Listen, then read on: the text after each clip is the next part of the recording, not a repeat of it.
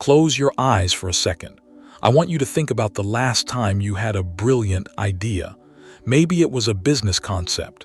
Maybe it was a way to ask for a promotion. Maybe it was a side hustle. Now, think about the thought that came immediately after that brilliant idea. What did that voice say? Did it say, "Who are you to do that?" Did it say, "That's risky, people like you don't do that"? Did it say, "I'll do it when I have more money," or "I'll do it when I have more time"? If you heard that voice, you are not broken, you are not lazy, and you are not stupid. You are simply running a script, a pre-written, invisible, psychological script that was installed in your mind long before you ever had the power to question it. Welcome back to Mind Goals. Today, we aren't talking about budgeting. We aren't talking about investment portfolios. Today, we are going to the control room of your brain. We are going to identify the invisible script, the subconscious triggers that keep you economically subordinate. We're going to find out who wrote that script, why you keep following it, and how to delete it permanently. This isn't a motivational pep talk. This is a psychological audit. Part 1. Defining the script versus your true voice. Let's define what we mean by economically subordinate. This isn't just about being poor or working class. This is about your relationship with money. It is a state where your financial reality is dictated by the external environment rather than your internal volition. You are reacting to the economy instead of directing your path within it.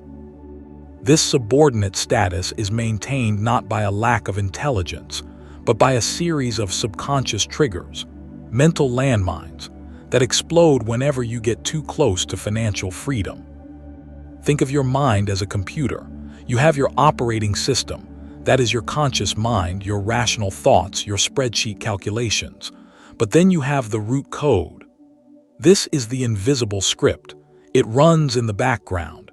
It consumes memory, slows down processing, and dictates how the OS reacts to the environment.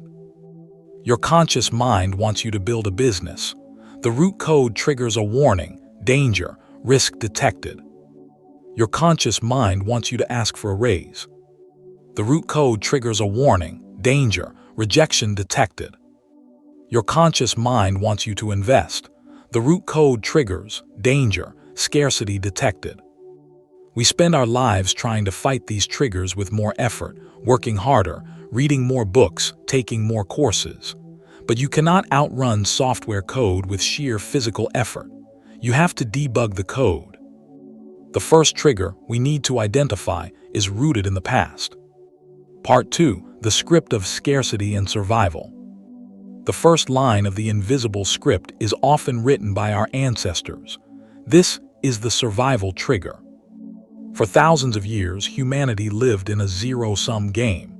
There was a fixed amount of food, a fixed amount of land, and a fixed amount of safety. If someone else ate, you starved. This scarcity mindset is biologically hardwired into our nervous system. It's the reason your heart races when you hear about a recession. But here is the modern trap. The world has shifted from a physical economy to a cognitive economy. We are no longer hunting for calories, we are hunting for value. In the cognitive economy, value is infinite. The more you give, the more exists. However, your subconscious doesn't know that. Trigger identification exercise. Think about your family history. Go back 3 generations. What was their relationship with money? Were they survivors? Were they refugees? Were they farmers who lost everything in a drought? Did they work in factories where they were replaceable cogs? If your lineage survived by holding on tight, you inherited a genetic and psychological trauma. This trigger activates when you try to let go of a stable job to pursue a passion. It activates when you think about spending money on education or tools to upgrade yourself. How it manifests in you. You hoard small amounts of money, but refuse to invest in large-scale growth. You feel guilty for wanting more. You associate stability with safety, even if that stability is a dead end. The reframe. You are not your grandfather. You are not living in a famine. You are living in an era of abundance. The trigger you feel isn't a sign to stop. It's a sign that your brain is using outdated software. It's like trying to run a 4K video on a dial-up modem. The trigger is the lag. It's not the reality. Part 3. The script of judgment and belonging. Let's move from the past to the present. The second major trigger is the social identity trigger. Our brains are wired for belonging. For 99% of human history, being kicked out of the tribe meant death. Therefore, our brains are hypervigilant to anything that might get us voted off the island. Economic subordination is heavily enforced by the fear of being judged by the people we currently surround ourselves with.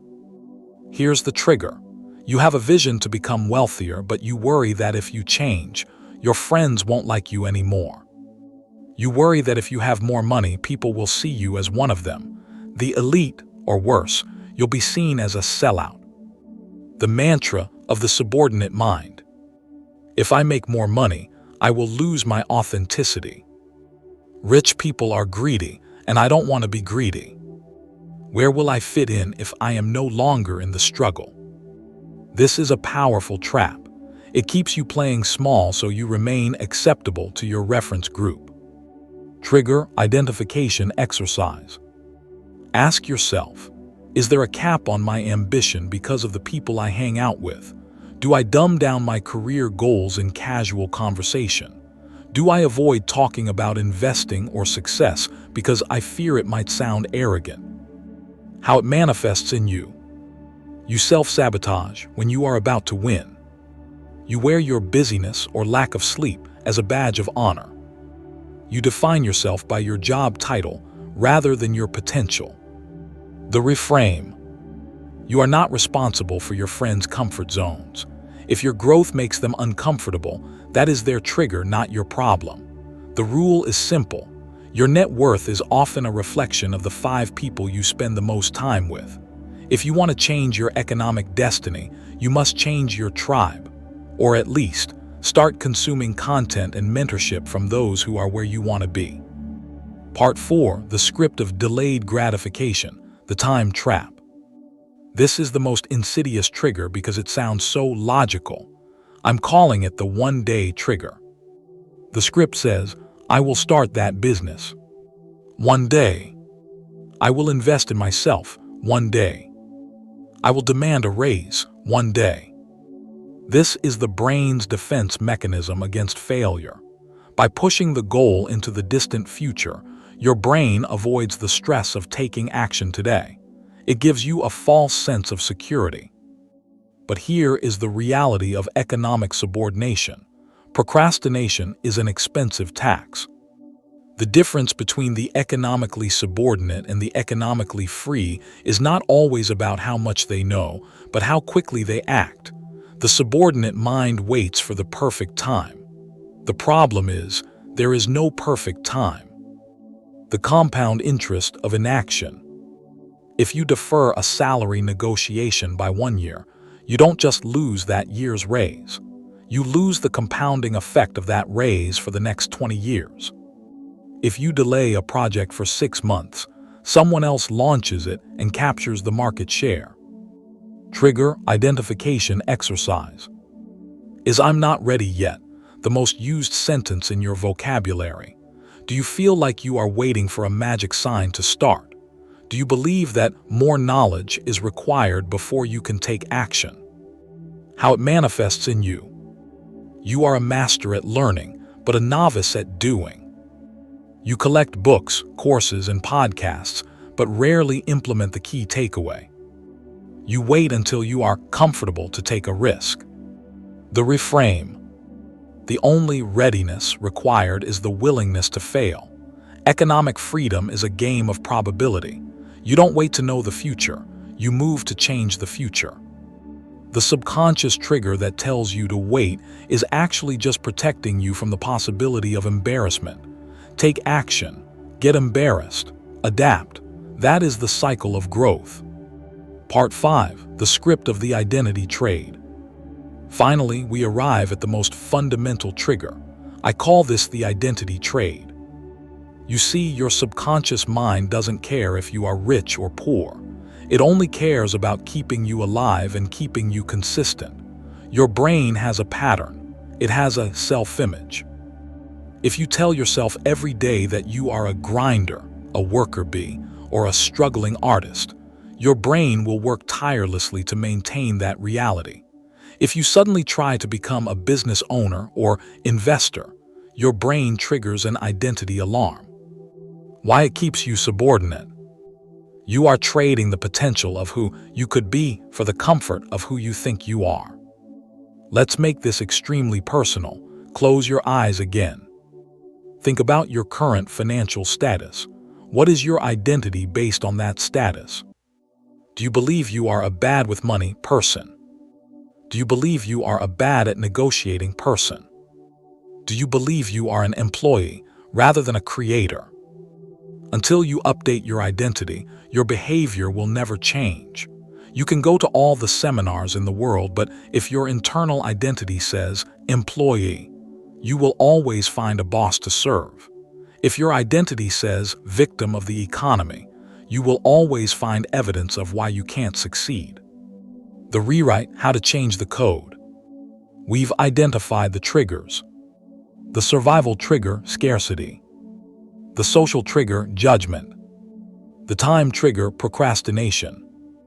The identity trigger, self-image. Now, how do we rewrite the script? How do we debug the subconscious? Step 1, the psychic audit. Every time you feel fear, panic, or anxiety regarding money, you must pause and ask, is this reaction mine? Or is this my father's? Is this my history's? Disassociate the feeling from the present moment. Recognize the trigger for what it is, a ghost from the past. Step 2, the proximity strategy. Change your environment. If you want to be an entrepreneur, start hanging out with entrepreneurs virtually. Listen to their podcasts, buy their books. The brain learns through imitation. If you don't know any wealthy people, find them online. Let their language become your language. When you start talking like them, your identity shifts. Step 3, the micro-reward system. Your brain avoids the scary thing because it seeks dopamine. If you run towards the scary thing, asking for a raise, pitching a client, give your brain an immediate reward. Do a victory dance. Take a walk. Condition your brain to associate risk with reward, not just with danger.